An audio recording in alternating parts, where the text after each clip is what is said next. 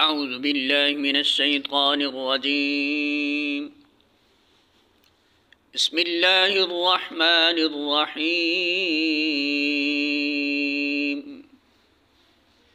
إن الله ربي وربكم فاعبدوه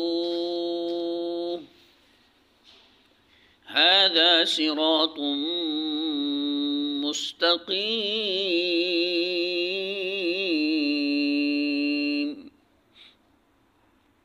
سورۃ آل عمران آیت نمبر 51. ترجمہ: اللہ میرا رب بھی ہے اور تمہارا رب بھی، لہذا تم اسی کی بندگی اختیار کرو، یہی سیدھا راستہ ہے۔ سورہ آل عمران حاشیہ نمبر 48۔ اس سے معلوم ہوا کہ تمام انبیاء علیہم السلام کی طرح حضرت عیسیٰ علیہ السلام کی دعوت کے بھی بنیادی نکات یہی 3 تھے۔ ایک یہ کہ اقتدار اعلیٰ، جس کے مقابلہ میں بندگی کا رویہ اختیار کیا جاتا ہے اور جس کی اطاعت پر اخلاق و تمدن کا پورا نظام قائم ہوتا ہے، صرف اللہ کے لیے مختص تسلیم کیا جائے۔ دوسرے یہ کہ اس مقتدر اعلیٰ کے نمائندے کی حیثیت سے نبی کے حکم کی اطاعت کی جائے۔ تیسرے یہ کہ انسانی زندگی کو حل و حرمت اور جواز و عدم جواز کی پابندیوں سے جکڑنے والا قانون و ضابطہ صرف اللہ کا ہو۔ دوسروں کے عائد کردہ قوانین منسوخ کر دیے جائیں۔ پس در حقیقت حضرت عیسیٰ اور حضرت موسیٰ اور حضرت محمد صلی اللہ علیہ وسلم علیہم اجمعین اور دوسرے انبیاء کے مشن میں یک سرمو فرق نہیں ہے۔ جن لوگوں نے مختلف پیغمبروں کے مختلف مشن قرار دیے ہیں اور ان کے درمیان مقصد و نوعیت کے اعتبار سے فرق کیا ہے، انہوں نے سخت غلطی کی ہے۔ مالک الملک کی طرف سے اس کی رعیت کی طرف جو شخص بھی مامور ہو کر آئے گا، اس کے آنے کا مقصد اس کے سوا اور کچھ ہو سکتا ہی نہیں کہ وہ رعایا کو نافرمانی اور خود مختاری سے روکے، اور شرک سے، یعنی اس بات سے کہ وہ اقتدار اعلیٰ میں کسی حیثیت سے دوسروں کو مالک الملک کے ساتھ شریک ٹھہرائیں اور اپنی وفاداریوں اور عبادت گزاریوں کو ان میں منقسم کریں، منع کرے اور اصل مالک کی خالص بندگی و اطاعت اور پرستاری و وفاداری کی طرف دعوت دے۔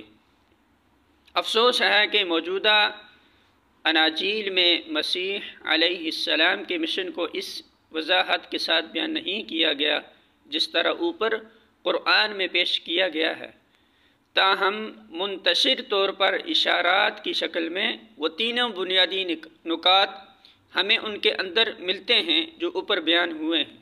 مثلا یہ بات کہ مسیح صرف اللہ کی بندگی کے قائل تھے، ان کے اس ارشاد سے صاف ظاہر ہوتی ہے تو خداوند اپنے خدا کو سجدہ کر اور صرف اسی کی عبادت کر، اور صرف یہی نہیں کہ وہ اس کی قائل تھے بلکہ ان کی ساری کوششوں کا مقصود یہ تھا کہ زمین پر خدا کے امر شرعی کی اس طرح اطاعت ہو جس طرح آسمان پر اس کے امر تکوینی کی اطاعت ہو رہی ہے۔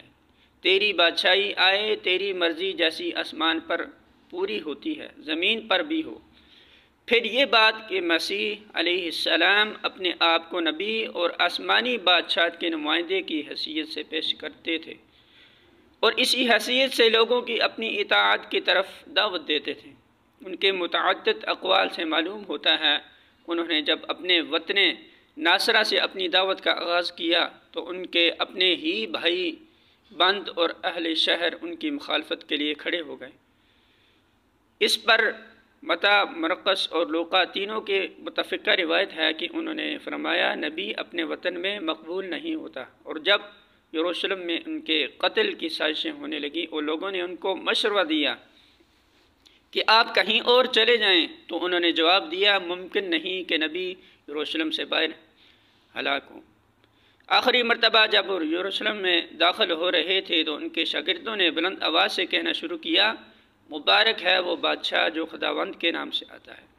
اس پر یہودی علماء ناراض ہوئے اور انہوں نے حضرت مسیح سے کہا کہ آپ اپنے شاگردوں کو چپ کریں۔ اس پر آپ نے فرمایا، اگر یہ چپ رہیں گے تو پتھر چلا اٹھیں گے۔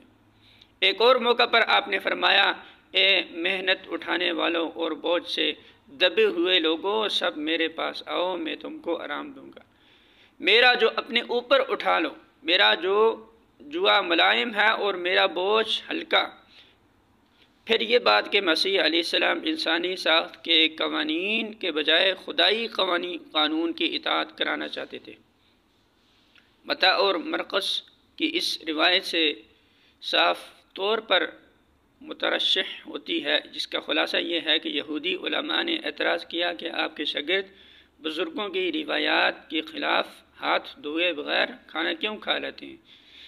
اس پر حضرت مسیح نے فرمایا، تم ریاکاروں کی حالت وہی ہے جس پر یسعیاہ نبی کی زبان سے یہ طعنہ دیا گیا ہے کہ یہ امت زبان سے تو میری تعظیم کرتی ہے مگر ان کے دل مجھ سے دور ہیں، کیونکہ یہ انسانی احکام کی تعلیم دیتے ہیں۔ تم لوگ خدا کے حکم کو تو باطل کرتے ہو اور اپنے گھڑے ہوئے قوانین کو برقرار رکھتے ہو۔ خدا نے تورات میں حکم دیا تھا کہ ماں باپ کی عزت کرو اور جو کوئی ماں باپ کو برا کہے وہ جان سے مارا جائے، مگر تم کہتے ہو کہ جو شخص اپنی ماں یا باپ سے یہ کہہ دے کہ میری جو خدمات تمہارے کام آ سکتی تھیں انہیں میں خدا کی نظر کر چکا ہوں، اس کے لیے بالکل جائز نہیں کہ پھر ماں یا باپ کی کوئی خدمت نہ کرے۔